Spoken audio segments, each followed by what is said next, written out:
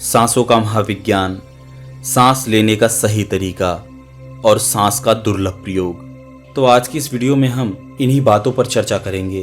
उससे पहले आइए सांसों के बारे में कुछ जान लेते हैं। दोस्तों, हमारा यह स्थूल शरीर पूरे दिन भर में लगभग 25,000 बार सांस लेता है।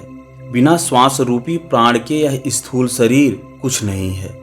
यह नश्वर शरीर केवल श्वासों के ढांचे पर ही टिका है।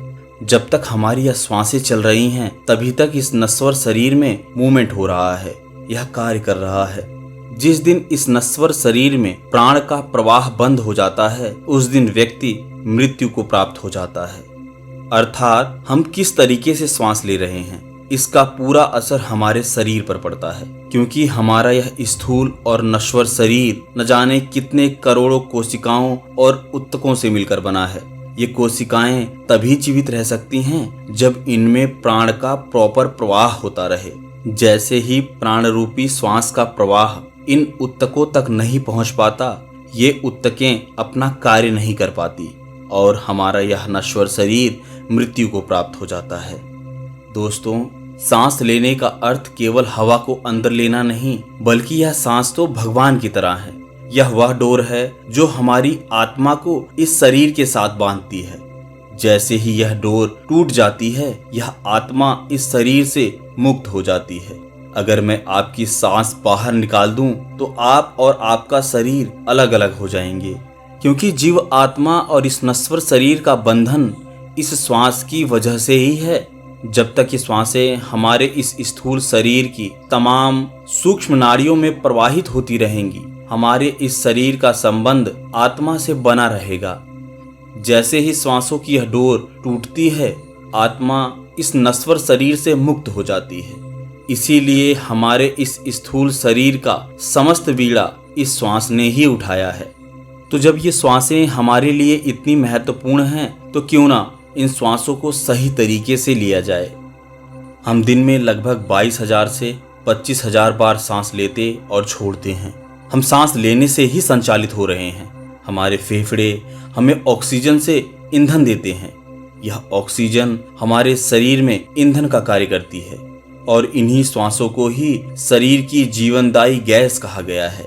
हमारे ये फेफड़े हवा में मौजूद समस्त ऑक्सीजन को हमारे अंदर खींचते हैं और इसे हमारे रक्त प्रवाह के माध्यम से समस्त ऊतकों तक ले जाते हैं, जिससे हम बात करने और चलने लायक बन पाते हैं।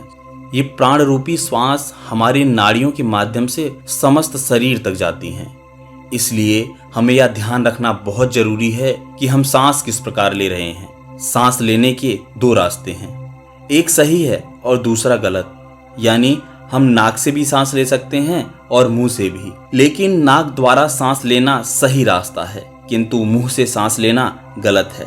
प्रत्येक व्यक्ति को यदि वह स्वस्थ रहना चाहता है, जीवन में कुछ करना चाहता है, तमाम बीमारियों से बचना चाहता है, तो उसे हमेशा नाक से ही सांस लेनी चाहिए, क्योंकि नाक के अंदर छोटे छोटे बाल होते हैं। ये बाल हवा में मिली धूल को बाहर ही रोक लेते हैं, अंदर नहीं जाने देते।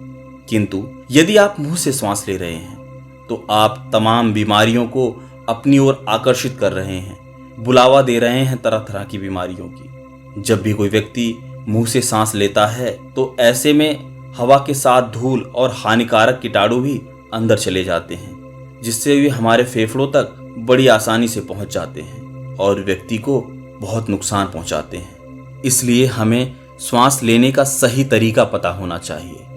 दोस्तों, जो हम श्वास ले रहे हैं, इसका असर शरीर के सेल्यूलर स्तर पर भी पड़ता है।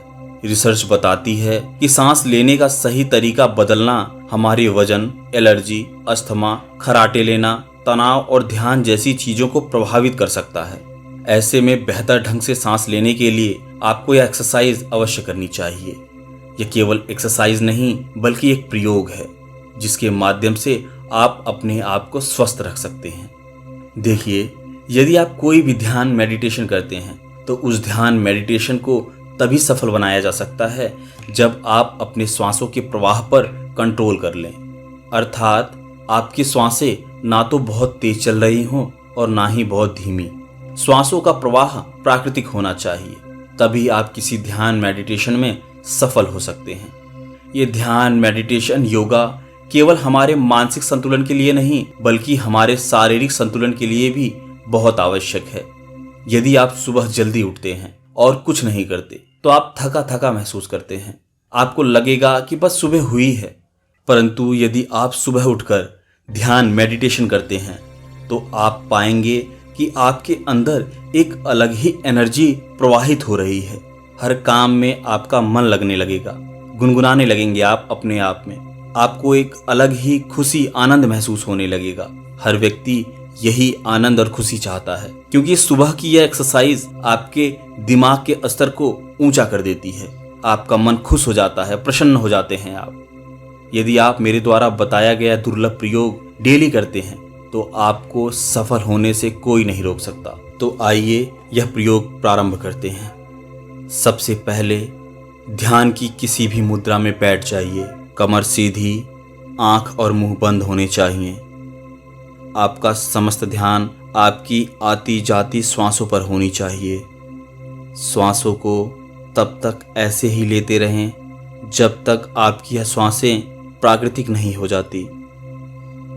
श्वासों पर आपका कंट्रोल नहीं होना चाहिए।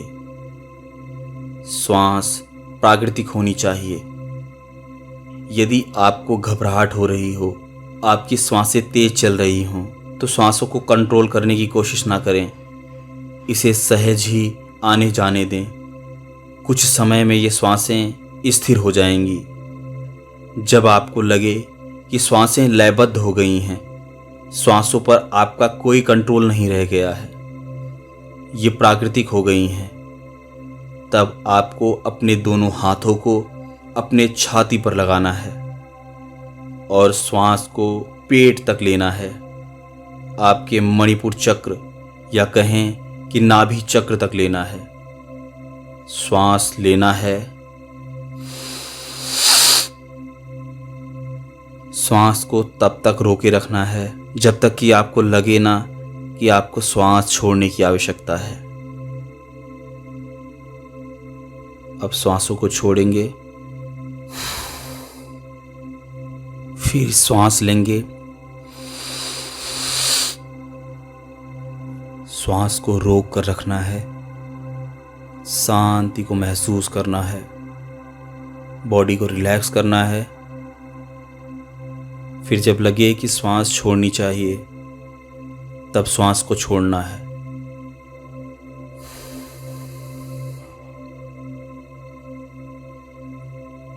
फिर श्वास को भरना है,